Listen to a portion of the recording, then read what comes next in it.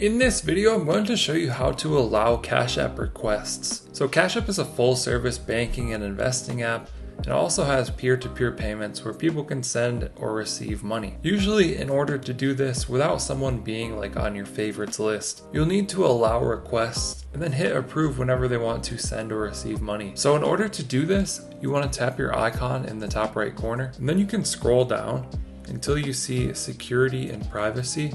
Scroll down again all the way to the bottom until you see requests. And then under incoming requests, you can turn those off completely and then nobody will be able to request money from you. Or you can turn them on and select contacts only or allow all. So allow all random people that have your cash tag can send you requests. Contacts only people on your contacts list can request from you. So if it's not on allow all, like random people can't request $50 from you. If it is on allow all, they can request and then you'll just have to approve if they ask. Hope you guys found this helpful. Let us know what you think down in the comments below. Like and subscribe if you want to see more videos like this. Thank you guys for watching. I'll catch you in the next one.